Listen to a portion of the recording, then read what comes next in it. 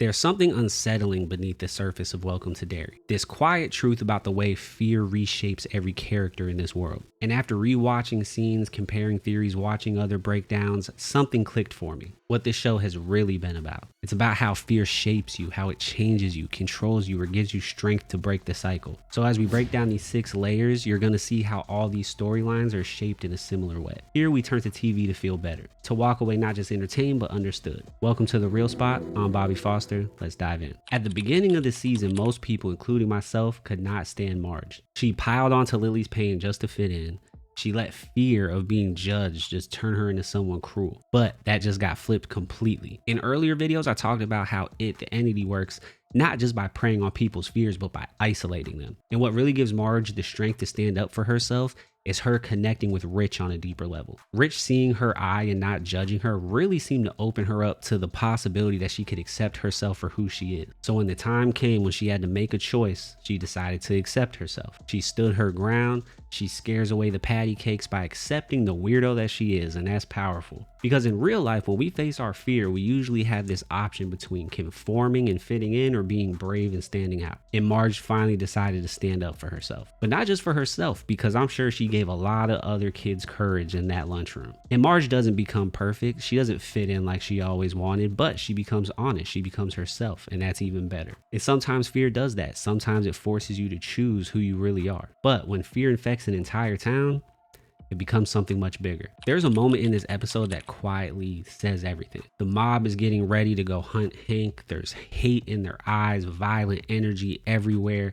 And then the camera pans up to the American flag. And that shot hit me harder than anything else. Because Derry's not only cursed by it's cursed by the history of where it exists, a place shaped by genocide and racism, generational violence. Fear doesn't just shape individuals, it shapes cities, states, countries, the world. It shapes entire systems. And the horror genre has been great at depicting this lately, especially with people like Jordan Peele's movies and movies like Sinners. Great movie. And so far, Welcome to Derry has done an amazing job of constantly reminding us about the real generational long curses that plague us in real life, while it feeds on the fear that's already there because of that. The flag is not just a symbol here. In that moment, it is a reminder that some fears are not supernatural, some fears are real. And when it comes to real fears, we get 2 characters who embody that perfectly. One of the strongest parts of Welcome to Derry is the parallel of Lily and Ingrid. Both girls lost their fathers young. Both were tormented by grief. Both feel the kind of loneliness that you just feel in your bones that never leaves you. But Ingrid gets used to show Lily what her future could look like as a cautionary tale.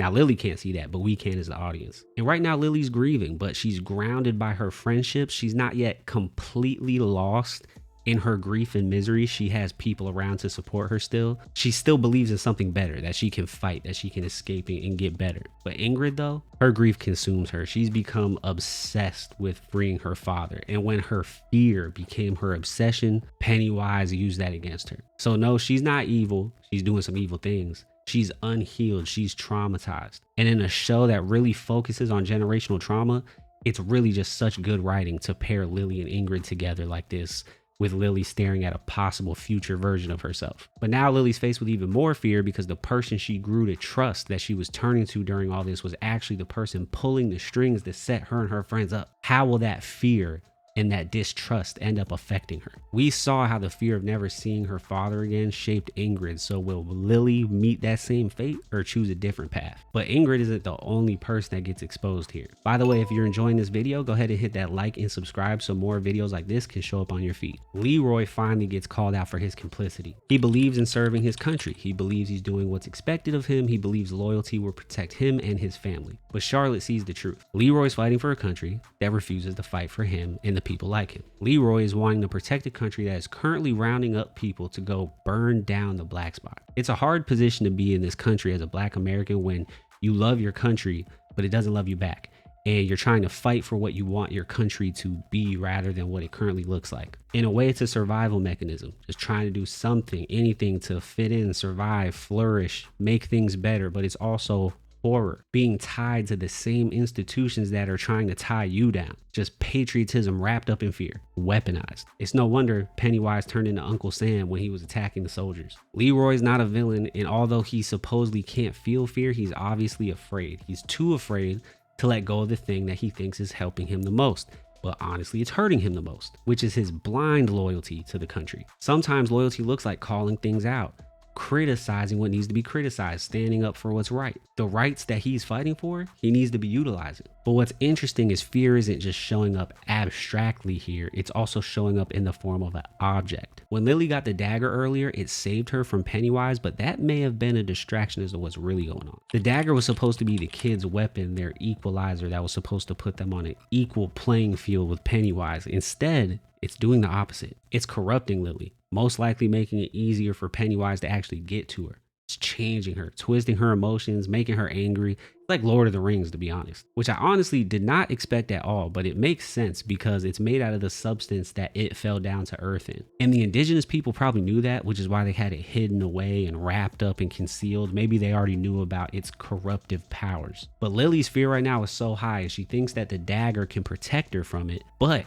will she be able to see how the dagger is actually making her more fearful and more susceptible to it? Or will she be blind to that? And the fear is convincing Lily that she needs the dagger, but the dagger is feeding on the fear itself. Now that's a loop that she does not want to be in. And that brings us to the darkest reveal of all. Ingrid feeding the kids to Pennywise was not a predictable twist to me, but thematically, it makes so much sense. She's not possessed, she's not corrupted, she's being manipulated by her own unhealed trauma. Pennywise is weaponizing that fear. He studied her grief. He became what she lost, reflected that back until she broke. And now Ingrid is choosing relief from that fear no matter the cost. She's willing to help out it on her own free will because she's just trapped in that pain and that trauma, which in a way makes her even scarier than Pennywise himself, because she's in a position of power at Juniper Hill when it comes to looking after these disabled children, and she's exploiting all of them, all for her own personal gain and delusion of trying to save her father that's been long gone.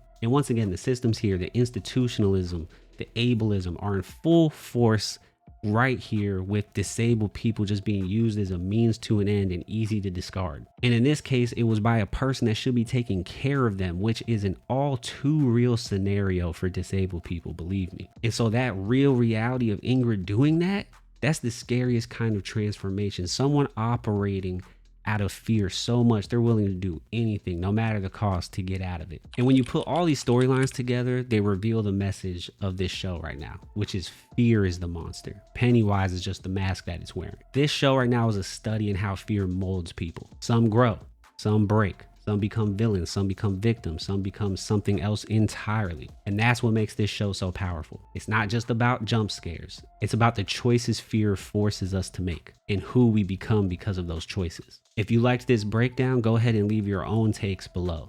I like to see what y'all think of these shows. I'm Bobby Foster. This is The Real Spot. Take care of yourself and keep letting TV make your life a little lighter.